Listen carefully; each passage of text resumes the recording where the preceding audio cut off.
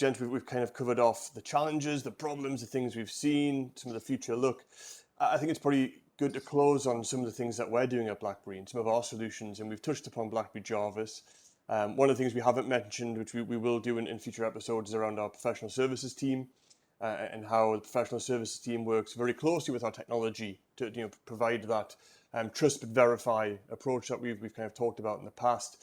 Thinking about things like TARAs, we thinking about things like regulations. WP29 R155 it's a really large piece of legislation that covers off far more than just the embedded system itself. As you guys know, it's thinking about the back of house, the connected systems. There's lots in there. So our professional services team do a great job of building out that readiness, understanding your levels of maturity, and really helping you with that roadmap to either becoming compliant or just improving your overall cybersecurity posture.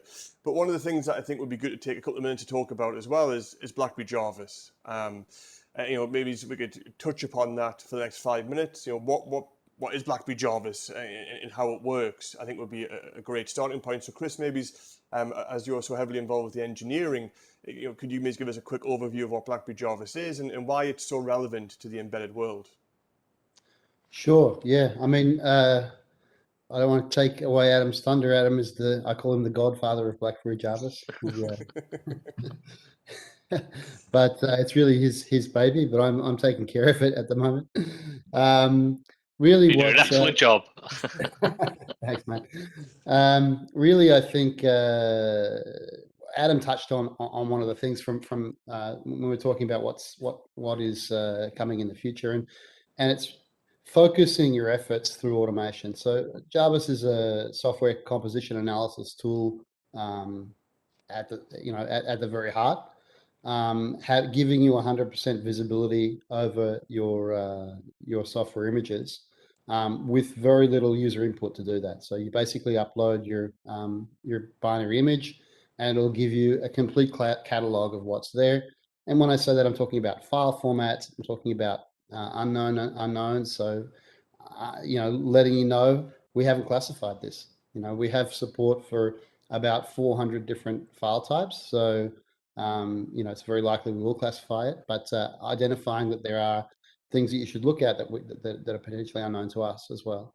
And from that foundation, things like binary static analysis, like software bill of materials identification, so identification of vendor, product version, provenance, build on top of that. But the first thing is really understanding, getting a 360-degree view of everything that's in that image.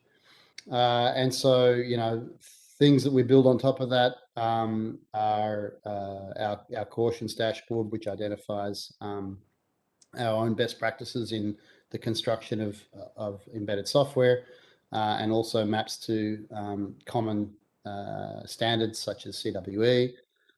We do vulnerability lookup, so we look up CVEs from NIST's NVD database.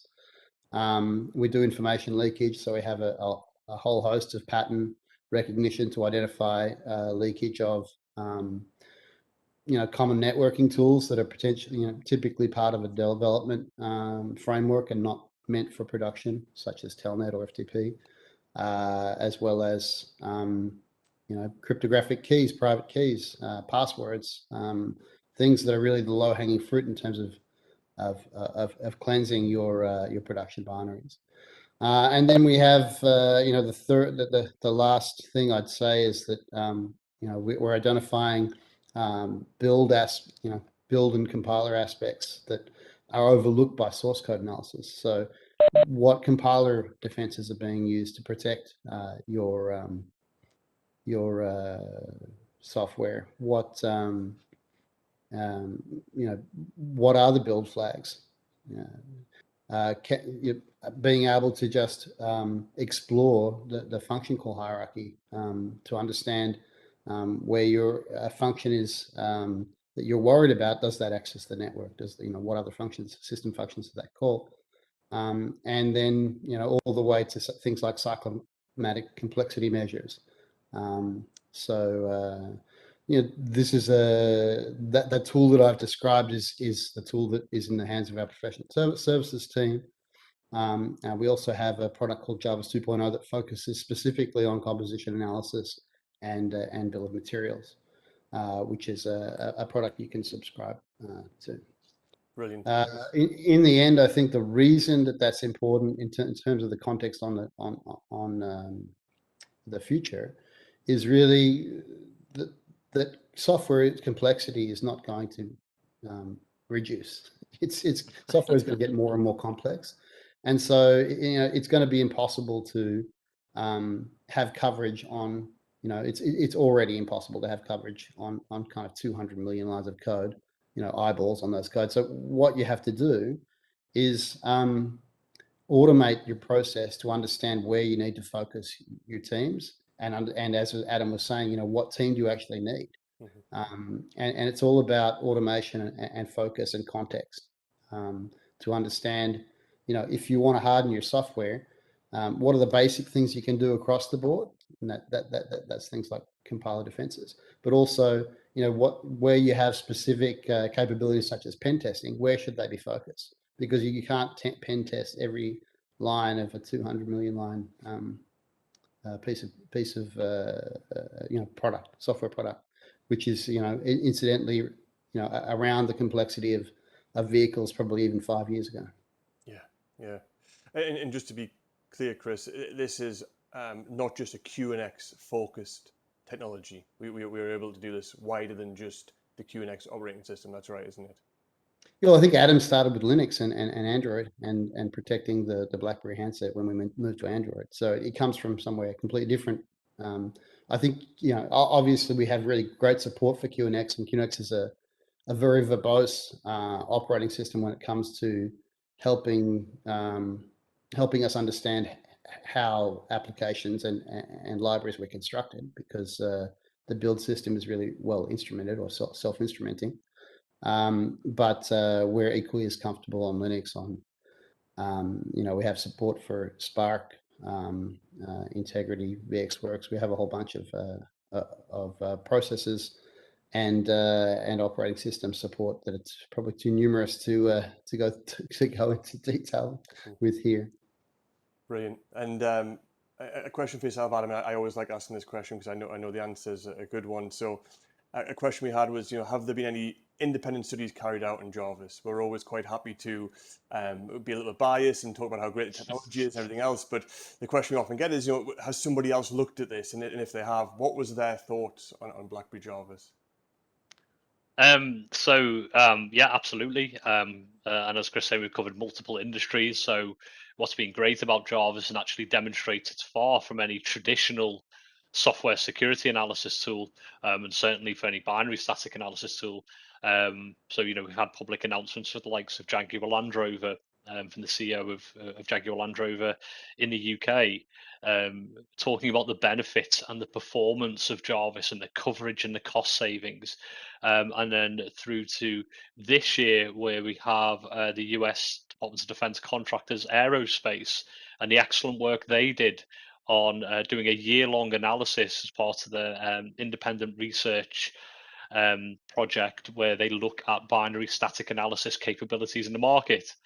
So the conclusion of that, which again is all public and something we're tremendously proud of a team, was that it concluded that BlackBerry Jarvis is the best in breed.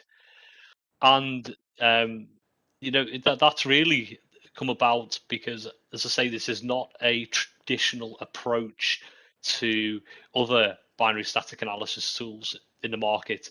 We've got the benefit of decades of, and I say we as in BlackBerry and QNX collectively, of building and supplying security critical software to high assurance governments and other customers, through to, of course, building safety critical systems.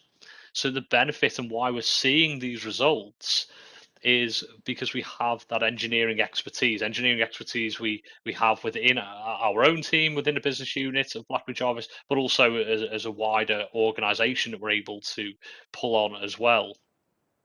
So there's an excellent talk as well by Brandon Bailey from Aerospace that I would recommend, and maybe there's some way to provide a link to people.